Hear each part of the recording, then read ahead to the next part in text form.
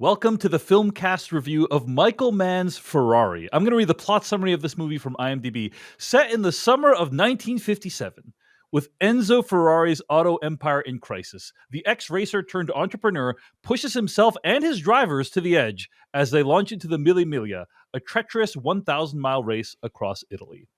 So we are reviewing this movie on the day that this movie is out on video on demand. It was in theaters for a few weeks. We are so smart. We timed this perfectly. Oh, yeah. This is completely intentional to time it so that this came out at the right time. And not only that, we have a veritable expert on all things Michael Mann to join us for this conversation. He is the producer and host of One Heat Minute Productions, which podcasts about Michael Mann movies minute by minute. Blake Howard, welcome back to the Filmcast. Oh, thank you so much for having me, lads. It's great to be back. I mean, last time we spoke about an awful Batman movie, and this time you've brought me back to talk about my favorite movie of last year, which I want to say thank you. I'm genuinely thrilled. And kind of a Batman movie, I guess. Yeah. Well, strong words about your favorite movie. This is Michael Mann's first film since 2015's Black Hat, I want to say. Is that right? Yeah. Yeah. And obviously, I'm just going to say, look, Blake, I know we disagree on this. I'm going to say I think he's had a little bit of a mixed track record. You know, on the one hand, he's made some of the greatest films of all time. And on the other hand, he made Black Hat, you know? And so, you know, out now Dave, in a 4K re-release with the director's cut, baby. I would just say that the soy boys are coming for you, man. That's the Black Hat fans. I call them the soy boys, you know, because they're all interested in manipulating soy futures, as that movie is. So the soy boys, you got to watch out. You got to work on that branding, though. Yeah, I think that term has been co-opted by some other folks. In any case, despite my mixed feelings on Michael Mann, I was very excited about Ferrari. He got a lot of money to make a movie, kind of a biopic about Enzo Ferrari. So, Blake Howard, without getting into spoilers, tell us what your overall thoughts were on Ferrari. Why was it your favorite movie of 2023? Well, like at a really sort of superficial or high level, it's a movie set in 1957 with beautiful Italian suits and people drinking wine and people interrupting sacrament because they would prefer to time the races on stopwatches, sensational cars, really powerful human drama, and Michael Mann directed it. Like everything that I like about movies is here. It's like, it's great actors, it's thrilling sound, it's terrific direction. And I just found it to be, and Dave, look, we can totally agree, you know, the spectrum of like I love Michael Mann movies. I love all Michael Mann movies. So it's just like, there's a spectrum, but I also acknowledge that I also have those interactions with folks online that are like, oh, Black Hat's his best movie. And I'm like, sit down, go home, go to sleep. Yes, please. It's nice for you to say that, but there's like 9 other movies that are better. But why I love Ferrari so much is because I just found it to be so elegant. And I feel like older filmmakers sometimes, they lose some of maybe their flash. You know, it's kind of the same thing you think about with I recently thought about with like Paul Thomas Anderson and The Phantom Thread, where, you know, if you looked at The Phantom Thread and then you looked at Boogie Nights, they are 2 wildly different stylistic movies from the same filmmaker. Whereas I found Ferrari to just be so elegant and so purposefully timed and has these amazing set pieces, you know, timing a race in a sacrament, the actual racing scenes themselves, the opera scene at the central part of the movie that flashes between character motivations. And I was just kind of blown away that it is a huge spectacle in many respects, but it's also really unpredictably nuanced and emotional. And I just loved it. I just really, it made me feel so great to be back in such a master's hands. And, you know, it is a long time since watching a Michael Mann movie that, you know, wasn't pushing the technological envelope or wasn't trying to push the boundaries of kind of mainstream storytelling. It is kind of a pretty nuts and bolts story. It is what it is. But I just found it to be so elegant. So that, I think if that's what I was, if I was talking about one aspect of it that I speak to people, it's just exceptionally elegant storytelling, not too showy, just very confident. And yeah, it's kind of like a I don't know, like a Soderbergh too. He has this where it's just things are elegant. Things just feel like they happen. He's not trying too hard to say, look at this stylistic thing I'm doing. But man alive, there's some great set pieces in this movie. And they just, if you're not into them, they might slip past you. But me, a Michael Mann psycho, well documented, I was completely taken with the entire film. All right, excellent summary. Just a quick word about the look of the film. His last few films have heavily employed digital video, specifically thinking of Black Hat, Public Enemies, Miami Vice, and Collateral, right? Yes. A lot of heavy use of digital videos in ways that were very obvious, right? Like Yes. it was Public Enemy specifically. That's a movie set long ago, but was shot using digital video, very Too clear. consciously. Yeah. Very consciously trying to make it feel anachronistic, I think. Mhm. But this movie, I felt like was just the aesthetic, the way the movie was shot, none of it called attention to itself in a way that No. it did for Public Enemies, as an example, right? I'm kind of curious, like what was behind the decision making? Was that a conscious decision, or have digital cameras just gotten so good now that it doesn't matter if you're shooting on them anymore? Anyway, Blake, I don't know if you have kind any of a insight bit into of all of that. If you follow Steve Yedlin's, Ryan Johnson cinematographer, like his stuff about digital cinematography shows that it's come a long way. Yeah, Certainly since yeah. Public Yeah. Enemies. Yeah. Certainly since Public Enemies, So, Yeah.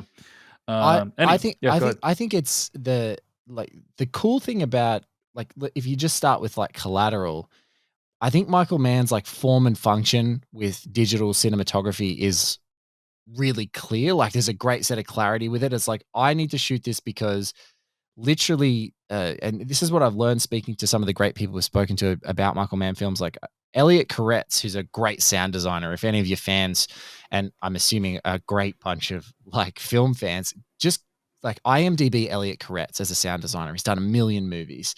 But Elliot spoke to my co-host Katie Walsh and I on our show about what happened when you use digital video in Los Angeles at night for Collateral. And he said it opens the depth of field. And as a sound designer, I have more space that the audience needs addressing in the soundscape of the movie.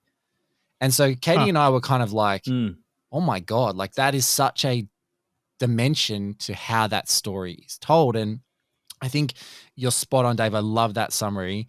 Public Enemies is intentionally anachronistic because the film is talking about a change of, I guess, like old Western bank robbery to contemporary crime, like organized crime. Right. And so the flux of the digital cinematography butting up against the actual time is actually helping to serve the message of the movie. Whereas with Ferrari, it feels like he's not the aesthetic of the film is about, and the only way I can describe it is, if you've ever been to Italy, if you've been lucky enough to be in Europe, if you've experienced an Italian sunset, like I went for a friend's wedding like 15 years ago in Tuscany. I just can't describe to you what the light is like in Italy. Mm-hmm. And, I think Europe just does it better. Like that's the unfortunate thing. Like I have a distinct memory of being on like a hilltop in Barcelona and being like, why don't we have this? Why is this different? Devindra nailed it. It's like, I don't understand, but I was in Italy looking at the sunset and I'm like, why? Like why does this look so beautiful? And I feel like everything about the decor and this, I don't know, this sort of classic, timeless.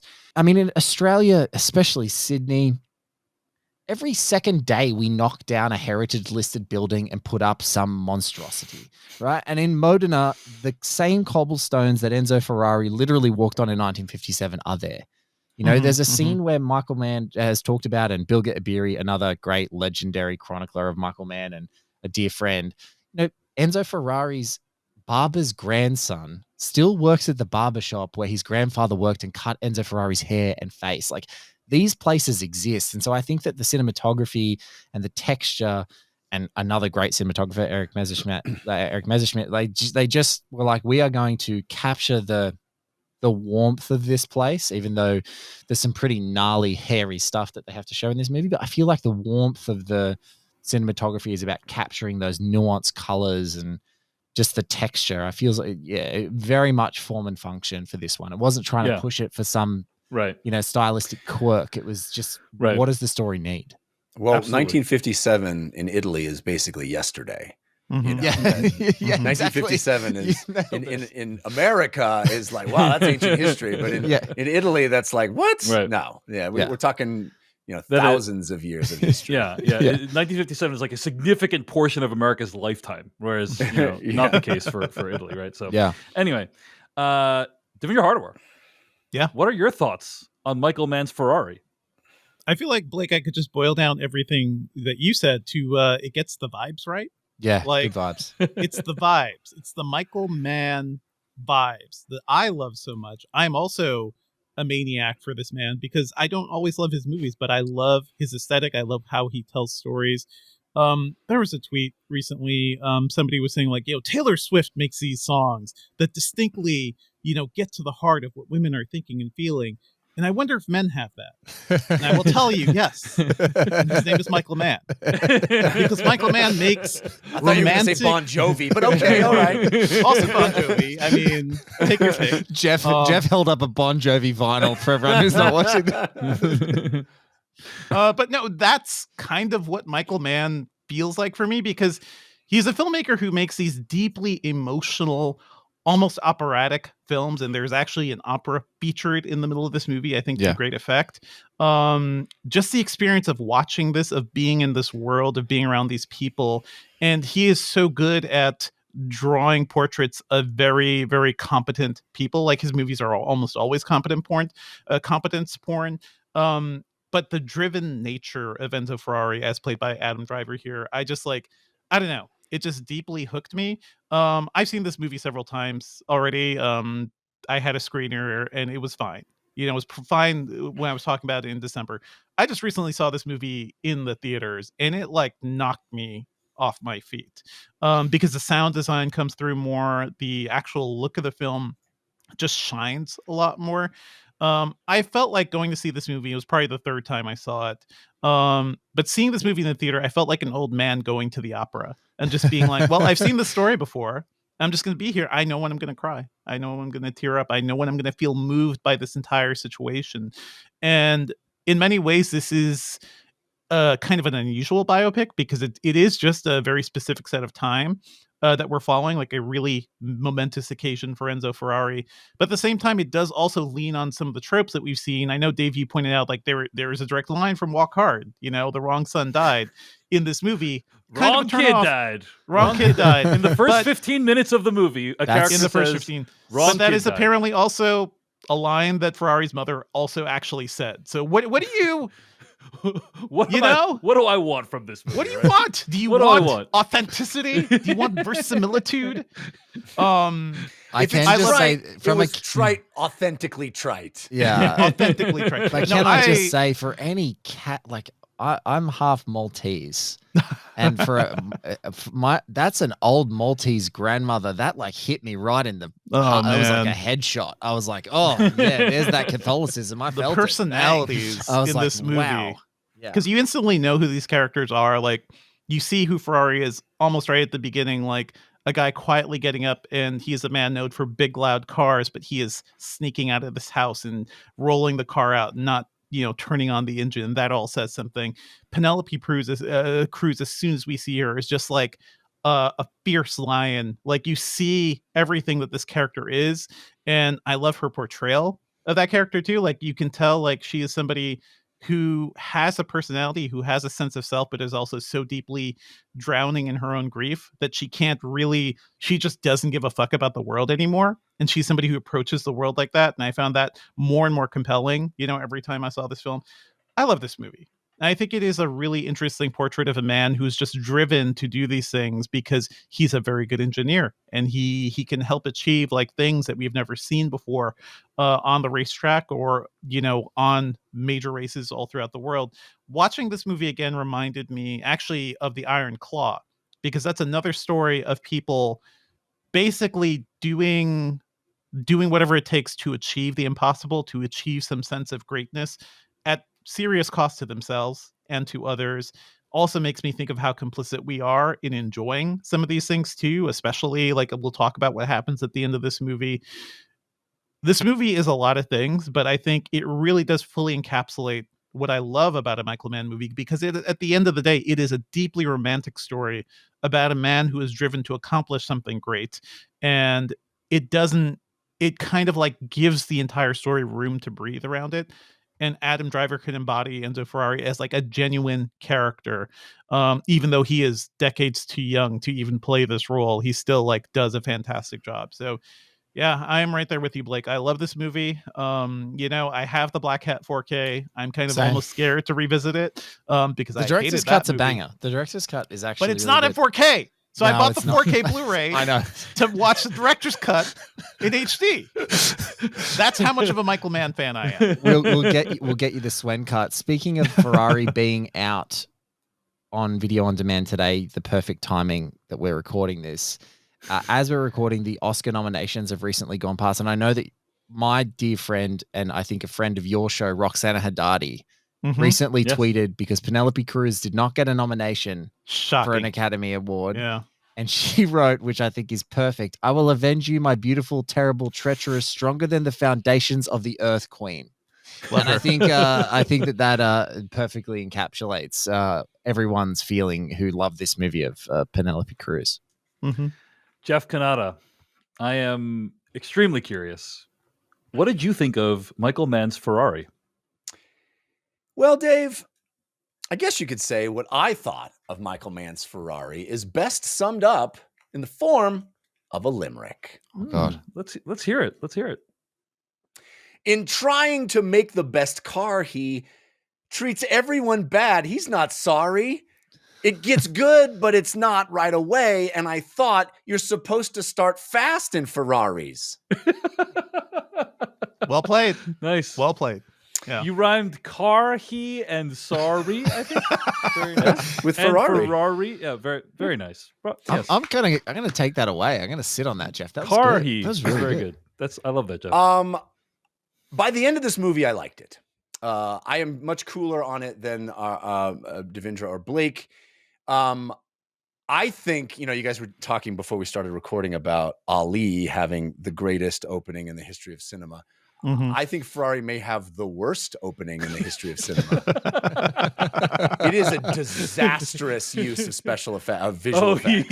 yeah, visual effects. Disastrous. Yes, it's very bad. Yes. It is yes. like, what did he let his kid do this part? Like, Michael Mann's going to do a movie, but we're going to let some 8th grader do the first 5 minutes of the movie.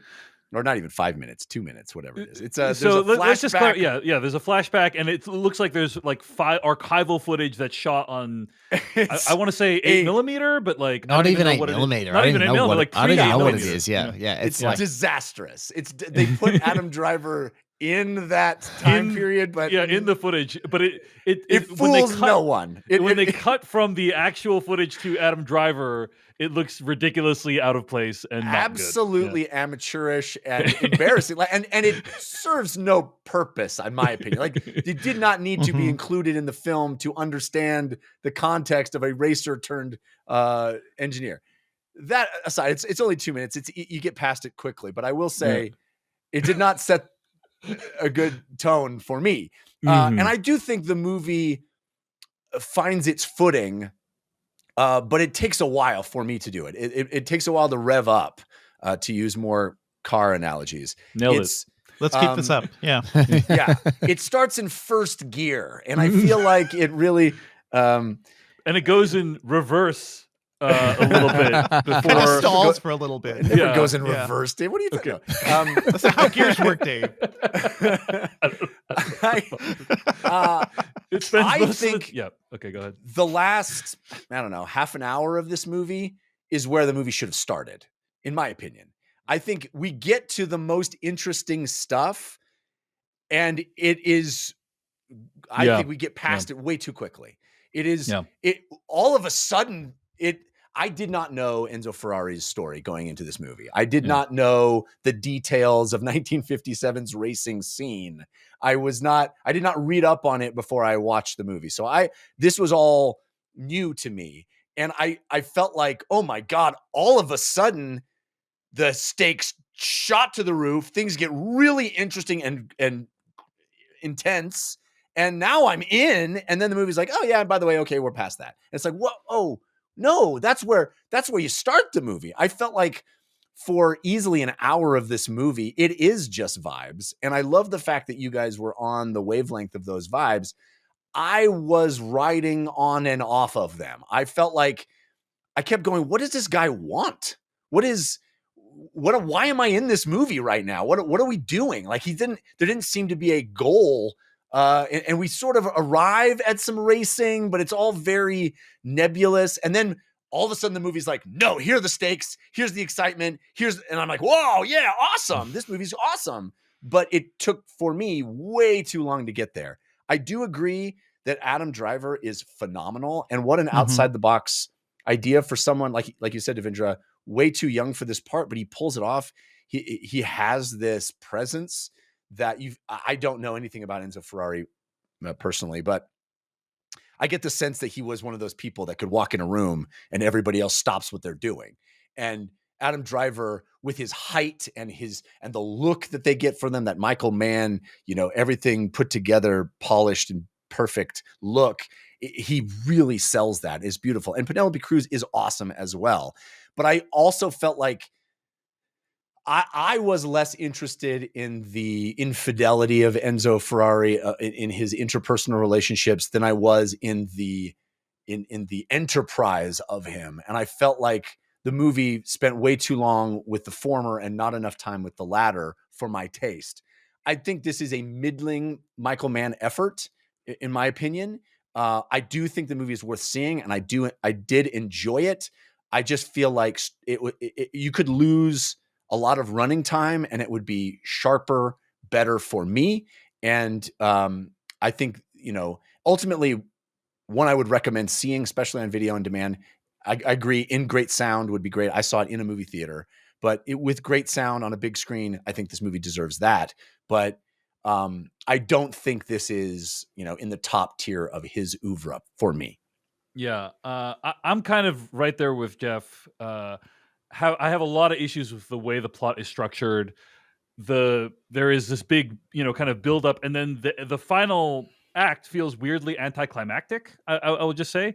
But what I really appreciated about this movie is the racing scenes. I just think they are technically really well done, really accomplished, and thrilling to watch. And there's a lot of them. There's it's not just one racing scene. There's many, many racing scenes, and you really feel the danger, the excitement, the potential of these vehicles.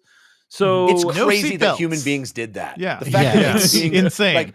With no safety whatsoever, just I'll hurl myself across the planet and just what happens. But it's also it's either you survive or die. It's a binary choice of getting in the car. It's oh yeah, today I might not die.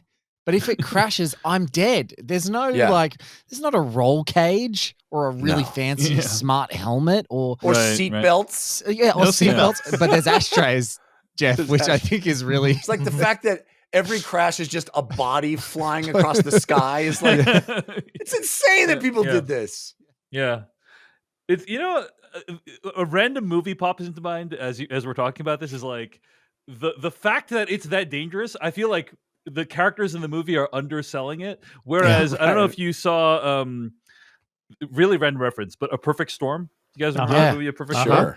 And I want to say is it Diane Lane in that movie? Or anyway, whoever Mark Wahlberg's wife was in that movie was really, really worried about him going out into the sea to fish. And she's like, I can't believe they're going out again, but he's just going fishing. And it's yes, obviously the storm happened and it was terrible, but it's people really in this movie, I don't think communicate how dangerous this thing really is. Whereas, do you think the first crash where the guy flies across the field and splats is oh, this is a problem. Yeah, no, this could be a problem. And then Ferrari just looks at Ferrari just looks at Deportago and goes, "I've got an opening." You're up. You know what we need? You know what we need? You know what we should really innovate on? Bigger engines. How about safety devices of literally any kind? Guys, any no type cars. Of safety device. No cars had seatbelts. There was a whole fight from car manufacturers to even put in seatbelts in the U.S. So Yeah. Mm, We're not a very smart species, Yeah, but I gotta agree with Jeff too that I think the movie is worth watching. It's my favorite Michael Mann film since Collateral. Like, it suffers from biopic, which came out 20 years ago. Like, it suffers from the same problems that many biopics suffer from, in my opinion, which is we got to hit these important beats in the story without like the build up necessary to make us really care about those things, in my opinion. But the racing scenes are cool, and the biopic structure is executed like relatively competently, I would say. Yeah. So It is a sliced biopic. It's not like birth to death, right, type correct. of It's thing. it's a So, slice of his life, but even then, there's it feels like a bunch of stuff where it's like gotta hit this beat, to me.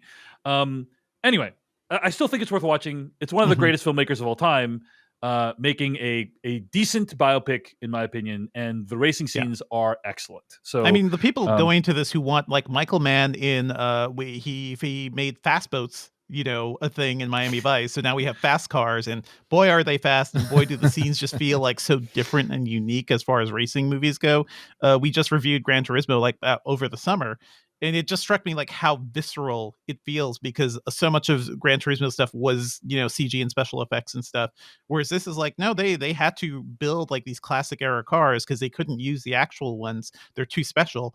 And have people drive them, and just like so much of this just feels so fantastic, like how it's shot too. Like I love the establishing wide shots for the bigger races, and then you zoom in to car level. Like it just really gives you that sense of speed, which I think is something you don't always get in a movie, especially about racing. Yeah. I agree, Devindra. I think the racing scenes in this movie are superior. Like Gran Turismo, I thought had really solid racing scenes, It was but I good. think in this It's fine. movie, it's even better. There's something about the way the camera is moving along with the vehicles, the way the vehicles look, The the way the gear sound shifts, design. the Yeah, gear the shifts. It all just when you- comes together just in a really when beautiful just way. the I think the pacing of watching gears shifting like very tactile, and that was one of my friends was texting me. He's like, man, Michael Mann can shoot the hell out of a gear change. And I was like, yeah, like that's, you feel it as the speed is intensifying and these corners are coming. It's special. I love the Right. guys arriving with just a face full of soot. Yeah. Yes. Just like That's in your lungs. we didn't That's in even your body have forever. And Let- a cigarette hanging out of their mouth Yeah. as well, like a lit cigarette and soot on their Just face. Crazy. cavalierly staring in the face of death. These are And- men. the These idea are that- men. The idea that I was just yelling about putting in some seatbelts or something, and these guys are like, we don't even have a windshield, dude. Like just dirt have in my goggles. face, just dirt on me. But I do want to Mhm. say, like, I love the racing scenes, but I think this is a movie that I think I grew on to as I rewatched it. But I think, yeah, it takes a while before we get to the great stuff in the last act. Like that is tremendous racing stuff. All the stakes and everything. But the setup is of a guy who is living dual lives, and can't quite. He refuses to deal with it's about dealing with grief. He's refusing to deal with the death of his son. Basically, his wife is there, just kind of left to squander and fend for herself. At the same time, they run the business together. So how does that work? Yes. How does that like that is such a wild setup to me. And then she is still like, yes, she's incredibly drowning in grief, but at the same time, very competent about what she's doing. And the minute that bank guy slips up and is like, "What house? What's going on?" And the way she looks at him, and he's like, "Oh, she's going to kill me." And that the entire scene is just like her staring at him and like concluding business, but he is like, "Oh, my life is over." The way she handles that and immediately goes like, "We're going to this town. We're going to go look for this thing." I think all the scenes, like, yeah, there is a lot of like talky stuff. There's a lot of drama, but it does set up this guy's kind of wild life that he's built for himself. And at the same time, he is il commandatore. Like he is the leader of this company and everybody follows what he does. I just found that fascinating. Like it's not necessarily relatable, but at the same time, I did see the appeal be like, well, this lady's a lot right now. So I'm going to go to Shailene Woodley. And she's very nice. She is so sweet. Yeah. She's picking fruit from trees, and she is like, we have another son. And she's I'm just making gonna me ravioli. Like it's making me like, ravioli. that- And she is just like way too understanding of this whole situation, but at the same time does not accept the bullshit of like, hey, we started this when we were young and I didn't realize what we were doing. Like even that is there. So I appreciate that almost every character in this movie has like that texture to them. You know why they're there. You know why they feel the way they do. And the drama between them, to me, feels even as interesting as the racing scene. So that's why I'm like really rooting for this film at this point. Yeah, that's where I am, Devindra, too. It's just like, for me, the setup of a guy who's literally on the precipice of ruining his entire company, potentially ruining the financial stakes of an entire town, and also on the precipice of ruining both his lives, because he kind of has two at that point. That's where the stakes are. So by the time we get to the Mille Miglia, for me, I'm already at another level. Like, I'm completely invested in the unpredictability of what is going to happen based on all of the character and the drama establishing. Like, for me, that's the dynamism of the movie. It's like, once you then get to the Mille Miglia, it's like, I have no clue what is going to happen in the third act, because I didn't do any, like, I wasn't familiar with Enzo Ferrari. I didn't do any of the Googling before to know all of that stuff, or I'm not a huge car fan. So as soon as I got that, I was like, oh my God, this is like genuinely amazing. So yeah, but I everything that both Dave and Jeff loved about the ending, I was like right there for it.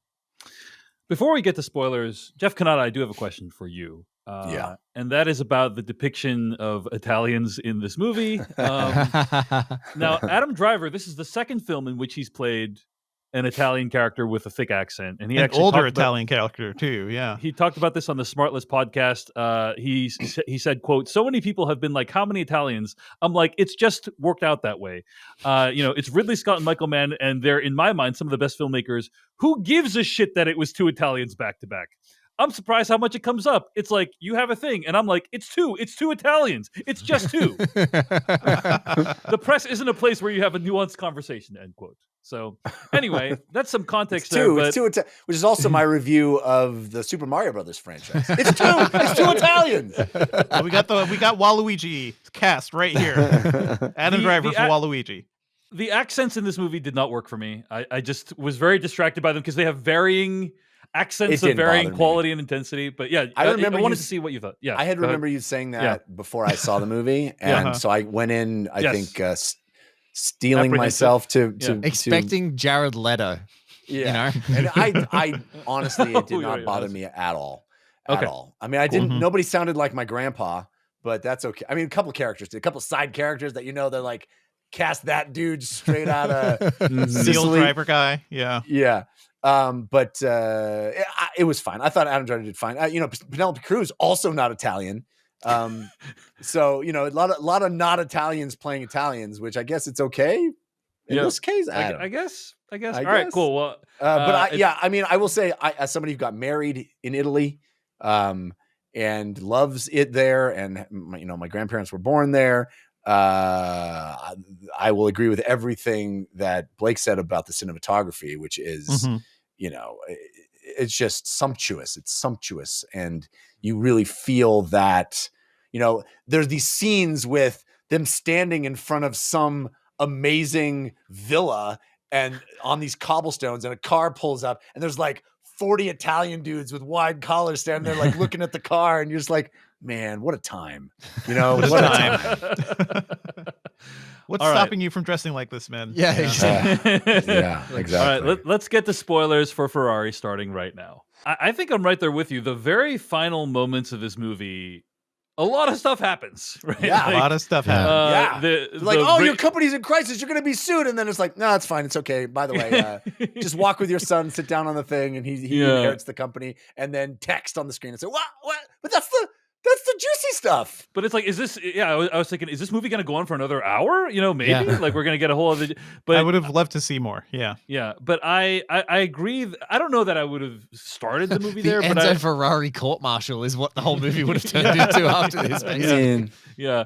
I don't know that I would have wanted the movie to start there, but I agree that it feels strangely anticlimactic to get to the end of this race and then the whole movie has been building up to like, oh, this race is so important. This race is so important. The race happens, and it's like, oh, now we're going to find out the consequences of what happened. Well, they won the race. Yes, but the worst possible thing happened at huge cost. At huge cost. Yes, right? Yeah. At huge cost. Literally, is that not? Yeah. That's the whole thing. Is the setup is you need to win this race to advance the Ferrari brand in a way that we can't in any other way, and yet the worst possible thing for the brand happens. Right. And there's literally no The solution. There's a engagement with solution. them. The There's a solution. I have a bag of money. Yeah. Tell them to go fuck themselves. but like that's I get it. Yeah. But that's it's hand waved. It's not dramatized. Like Yeah. I dig that Penelope, like I dig the whole Penelope Cruz angle of like, hey, I'm gonna use this leverage, not in the way you thought I was going to, but in this completely different way to actually help the company and you. But and it's an amazing scene. It's an amazing dialogue moment, but there's no dramatization of that. There's no, it's just sort of like we say it's going to happen and then cut to it had happened. And I feel like I agree 100% with Dave. It's anticlimactic. I feel like it gave it short shrift, and I would have liked to be invested in that. That progress more. You know? I agree. Absolutely. I would have liked to see more. The thing I'd say here is I think this is a movie that is so focused on the people and the human drama. Like so little of this movie is like the broader aspects of it. Like we don't see too many like sports reporters, talking about the race and what's happening. Like we're always focused on the characters watching TV screens or something where the characters like responding to what's happening. Reading newspaper articles. Yeah. The newspaper articles. This movie does not make the Italian media look very good, unfortunately. But it is, I would have liked to see more. At the same time, that final scene with Penelope Cruz where she reveals what the money is for, but also her final wish, which is just that, hey, I'm going to save you, but this kid can never have this name. While she's alive. Is so fascinating. Like to me, that scene is fascinating and also kind of heartbreaking because man, I want her to be okay is the thing. Like she is so good at portraying this woman who is just like trapped. And the only minute she can have like a glimpse of a smile is when she's at, her son's like cemetery basically and watching him in the mausoleum. Like there's that scene early on where it's just 30 seconds of the camera on her face and it goes from blank to kind of a smile to tears. And that's like that's the happiness she allows herself. So by the end of the film, sure, she helps to save the company by doing this really backhanded, dirty thing. But her wish is just like this kid, because she doesn't want this kid to have this name. It says so much about who she is and what she values and like what she can't let go of from her grief. So I found that fascinating and heartbreaking too. Yeah. Here's my retort to that though. And I want to hear from Blake. I appreciate everything you've said. I just don't think I, as an audience member, am invested in whether or not this kid gets this name because the movie never makes that a stake earlier than that moment. And in fact, it's everything. Let me finish. Yeah. And in fact, everything that we've learned up to that point is he was going to keep the kid a complete secret. Mm-hmm. His whole life. Like there was no point at which the kid was going to get the name, and her taking that away felt to me like a non-issue at this point. Cause it's like, well, you weren't going to give the kid the name anyway until after she was dead, because you were going to stay in this marriage and you were going to keep the kid a secret from the media, from her. And the fact that it came out, I don't understand why now her taking that away, I'm supposed to feel like, oh, the kid really deserves the name. It's like, he was never going to get it anyway. That's strange to me, Jeff, because the early conversations with her and Shailene Woodley's, like him and Shailene Woodley's character is, when are you going to give this kid the name? Like that is the setup for the relationship between the kid and Shailene Woodley and everything. Well, but the answer was never. First of all, how dare you, Jeff, make me agree with Devindra on this case? But I actually agree with Devindra because I think even putting aside the plot execution of it, I do think it works as a character moment for Penelope Cruz's character. Like even if there's, I don't disagree with that. I'm not saying that it doesn't. Right. But I think it's an amazing moment. But I just felt like it felt like more evidence to me of the movie inventing new stakes at the end that meant something to me at the end. But it's like, where was that for this entire hour and a half that I'd been watching?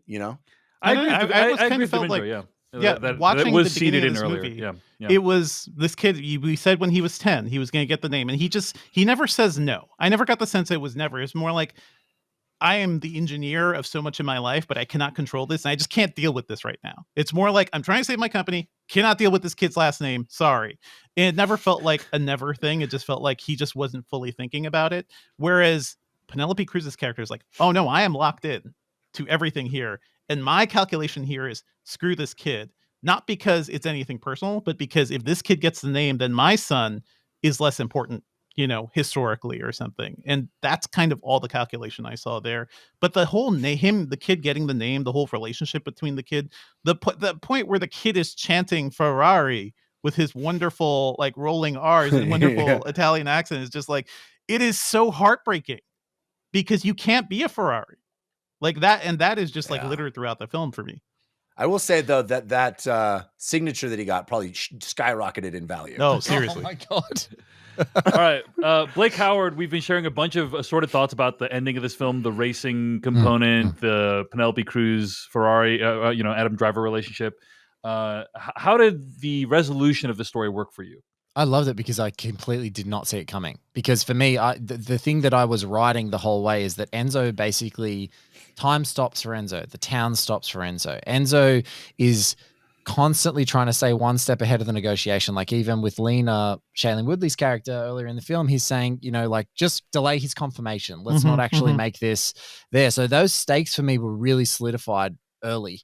And when all of the things happen and the betrayals happen, and there's just that hilarious scene where Lena asks, so who knows that he's our son? He's like, well, the bank manager and the chief of police. That's very funny. And half my staff and all of his teachers. But only them. And he's like, but yeah, she's like, this is people. Italy. There's like 40 people. Like everyone in the whole town except your wife knows that this is there. And she even feels bad that this is like that Enzo delaying and kind of manipulating his entire universe around him has caused this. She can see this collision coming. And so when it is happening, because I had no clue of the history, you automatically think that it is going to fit into the neat trope that Penelope Cruz is going to tear his business down or take the money away and he's going to be more broke. And you might have like a weird tangential view of like the Ford versus Ferrari of it all in your brain where you're like, oh yeah, they were kind of still broke at that time when they were racing Le Mans and things like that. So they were trying to negotiate Ford to be a part of it. And then they got Fiat funding and all that stuff is sort of happening and being manipulated later. So you kind of might have a tangential view, even if you're a movie fan. But when she protects the company and protects what they've built, because ultimately they built it. Like she is such a huge part of this. It's not just Enzo. I was just blown away. And I loved it because I also loved that it was so the ending I wasn't expecting. I was like, oh, she's going to tear his life down and she's going to leave and whatever. And he's like, no, we're going to live together. And probably because I am a Michael miserable Mann, together. Yeah, forever. we're just going to have this weird, sometimes like crazy, you might shoot me, then we might shag on the dining table relationship, which I'm all about. Sure. And big fan of dining tables. Big fan of dining tables. Big fan of Penelope Cruz. Big fan of suspenders. This is more about me that you need to know. But what I would say is, by that time, I was so invested in, oh my God, like the catastrophe, which we're going to probably talk about in more detail, that comes at the end of this movie. I was like, there is no way that he is going to recover and be able to continue to pursue this engineering dream that he has. And when it flipped and it became more about this ambivalent relationship and what people are willing to do for each other so that they can fulfill their dreams, I was just like, this was rendered in such a more complicated way, in a more real, tactile way than so many movies deal with it. So for me, that's the true climax of the movie. All of the gear shifts, all of the crazy car stuff, that conversation across that table has greater stakes than any other part of the movie for me. So for when that happens, I completely was blindsided and blown away by it. I could imagine like a tricklier movie also having her accept the other kid by the end, just having like some warmth in her heart. This movie's like, no. And this is, I assumed, like, I have not read this, but it seems like this is what actually happened. So even presenting that situation is Michael Mann shared an amazing story on our show with us. Katie and I were lucky enough to interview Michael Mann, and he talked about one time she crashed her car into a canal and was saved by an ambulance. And Enzo said, why did you bother saving her? Right? He literally said this to the town. He's like, and then another time his engineers came into his office and said, man, she keeps interrupting our work. She's crazy. And he goes, okay. And he fired every engineer that worked for him and ruined 2 years of the company's racing. That's the weird, real people that these people were. Like in one moment, he's like, Yeah. let her die. And the next moment, someone insulted her in a meeting and he fired his whole racing team and ruined his business for 2 years because Maybe he all didn't those like fumes he that they're all did- breathing he aren't so helpful. he didn't like the insult to her, right? Yeah, So yeah. it's Yeah. that weird, Yeah. wonderful I complexity. can do it, but no one else can. Exactly. Yeah. Mhm. Like, it's, hey, no, nobody calls her that but me. It's like, Right. you know, Yeah. it's Jack Nicholson in Batman. You and I, we're Beauty and the Beast, and if anyone else calls you Beast, I'll rip their heart out. And I love that. Like, that's a real thing. It's not just a cartoon, and that's what I love about this movie. So for me, the stakes are less about a gear shift or a blinding speed or a kiss of death. It's like at a table going, bribe the Italian media. Who gives a shit? That's that really sold. And I watched it last night in preparation to talking to you lads, which is, again, thank you for the excuse to log another Michael Mann movie on my letterbox. But I was like, by the time I got to the end last night, I was like, whoa, this movie is really special. All right. Well, unless there's anything else, I think we can actually wrap it up let's there. talk about the real star of this movie that we have not even mentioned yet, Mr. Patrick Dempsey, Yes, who appears and is now Silver actually Fox a race Dempsey. car driver as a like beautiful silver fox. I'm not a big fan of Patrick Dempsey as an actor. I think rewatching, what was it, Scream 3? We're like, oh man, I don't. Why did we like this guy? But he was really, I just liked his like stature, his like regal demeanor here. And he's like the old guy, and he's the one who basically ends up saving the company by winning the race. It's just hilarious. Yeah. Funny Such a that great like presence. no one is old in racing because they all die, and here's this Yeah. old dude just like sticking around. He's like, you've Yeah. driven the Mille 16 times. You don't need a navigator. He's like, but I need a cigarette. I need an ashtray for my cigarettes. He's like, okay. But no, Yeah. Patrick Dempsey is like an out of time guy. It's so funny because like, obviously us who are like cinephiles, you hear these stories of like the Paul Newmans of it all. He's like acting and then he gets obsessed with racing, or Steve McQueen, these guys who really love racing. And like Patrick Dempsey's a guy who like literally races. Like Fassbender's a new guy too, who like went off and did racing. And it's so funny that he's like, oh my God, I don't really need to act. I got that Grey's Anatomy money. I'm fine. I'm cool. Like just racing my cars. But like the opportunity to be a racer in a movie and drive these old cars around tracks. Yeah. You mean I could race and act? Yeah, race and act At the It's same like, time? How rare, it's brilliant. So no, he was a huge surprise. But when I saw him, it's like Patrick Dempsey's going to be in this, and you see him, and you're like, oh yeah, this guy's going to eat up wearing Italian loafers. He's going to eat it up. He's got the style. Wide collars. He's ready. He's born for this at this stage of his career. All right. Well, it's obviously a movie that has a lot of really interesting things to recommend it, and I think it sounds like we all actually agree. Like dramatically, the ending did work, as a character study. But just Yes. maybe like, but the thing that's weird is like structurally, it's almost like a heist movie. It's like we're putting together this thing, and then we're gonna do this thing, and then like, but as a heist movie, it doesn't really succeed in that way, because of the way the plot is structured. In any case, putting all that aside, at the end of the day, it is really, really impressive that Michael Mann made a movie. Wait. That's it? We got to talk about the crash, buddy. That's what I was waiting We on. got to talk about the crash. Okay, Let's at least spend right. 5 minutes on the crash. Are you kidding me? Yeah, I think Because The most horrendous crash you've Jesus! ever seen in any movie. It's at least let's say unbelievable. that. Yeah. It's unbelievable. It's hard, and then that long tracking shot of the bodies just along the side of the Devastation. road. It it was a unbelievable. moment where I did yelp, watching Yeah. because I didn't know that what was going to happen. I didn't see it Yeah. coming. I yelped the first time, but when I was in a theater, and there was like, I went to see it like midday this week. Don't tell work. There were at least like 10 to 12 people in the theater with me. And when that moment happens, it is so beautifully orchestrated because you're at the end of the Mille Miglia, right? He's going down this like tunnel of trees. The camera's like, he's going so fast. I'm going to like rack zoom a little bit and just like really get that sense of speed. Then And stop. he's in his happy place too. He's in just his like, happy yeah, place. Oh, man. this is Then great. stop. Silence. Slow-mo. Complete and utter devastation. And I saw like the car flipping and hitting the tree thing. Like that was actually in the trailer. Yeah, But Yeah. the context of how that all happens and how quickly it happens and how that is just like, it's such a mic drop moment of how, man, we are just bags of meat, aren't we? Yeah. We're just bags. Like we are Very in an instant. stupid bags of meat. Yeah. Gone. Let's The- run towards the Let's screaming run car. towards That's it. the other That's the other part that you didn't mention, Devindra, that I thought was masterful is Mhm. we start at the dinner table with this family we haven't met Yes. before, and Never met they them. seem like Yeah. lovely people. And you hear the cars come, they're excited, and the little toddler goes running toward the street, and you're like, oh God, please, no. Yep. Don't let the Yep. toddler run out in the middle of the street. And he doesn't. He saves the toddler. He runs out, he grabs the toddler. We're safe. He didn't run out in the middle of it's the other child. It's the other That- child. the And other child. that entire Like- apparently that's a real story. Like that kid, Ugh. Michael Mann met that person who survived that crash, and he was like, "Oh yeah, I didn't run out to the street fast enough, but my brother was faster than me, and he got killed along Just with everybody." absolutely.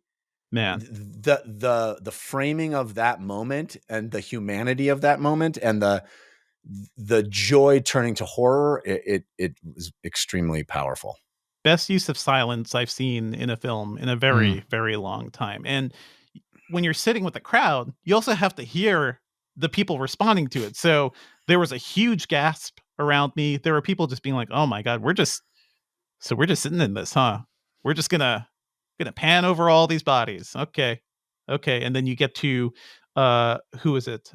Depotargo, like cut in half. Just want to say, like, that is it is not a scene I expected in a movie like this, but also goes to show, like, this is kind of their terrible joy that he talks about, Yeah. right? Like, we all want to see these things. Racers still put themselves in danger to go to incredible speeds to go around a loop or go around a track or whatever for their own excitement and our own enjoyment. But there is a cost. There's Yeah. a cost to achieving these sorts of dreams. And that's kind of something that feels cemented also watching this movie, and also something I felt from the Iron Claw. There's a minute where somebody just smacks down on bare cement from a suplex in Iron Claw. There are scenes in movies where you just like feel, right? If you're Yeah. not even in a chair with haptics or anything, you're just like, oh, the human body is not supposed to do that. I just got that sense from One this thing I movie. really appreciate about the scene is what causes it, right? Like this, Yes. it slows down, and then the tire rolls over like a sharp obstruction in the street. If I'm not mistaken, Not even right? sharp. It's just a divider. It's like a lane divider. A Yeah. lane divider that has been has been run over by a truck Yeah. or has been hit on the side, so Right. it's got a slight sharp edge just popping up. But when you're going at literally blinding speed, hurtling across a road at like 140 miles an hour in just a metal thing that, as Jeff pointed out, barely has a windscreen. Like it doesn't have a seatbelt, it's got no windscreen, and this short tire just goes bang, and when it hits, you're just like, Man. the anticipation of once you see the impediment and you see them hurtling down this tree tunnel, you're like, oh, this is the most awful thing that I'm going to see. Yeah, This and scene just- affected me so much, I replaced my car tires because of it. So, yeah. Tires are important, people. Tires It's are literally the super only thing important, guys. touching the ground. Yeah. But Hopefully. it's just the Hopefully. line between life and death can be like Yeah. a tiny little Yep. little sharp bump on the road, basically. Yeah. It can separate, yeah. So anyway, all right. Let's wrap it up right there for our review of Ferrari. Thank you so much for watching this video of the Filmcast. Check out these other videos that we have available, and be sure to hit like, subscribe, and hit that bell icon to get other videos from us in the future. You can also go to thefilmcast.com to catch all of our audio podcast versions of all of our episodes. And support this podcast at patreon.com/filmpodcast, where you can sign up for ad-free episodes and exclusive After Darks. Thanks so much to everyone who makes the Filmcast possible.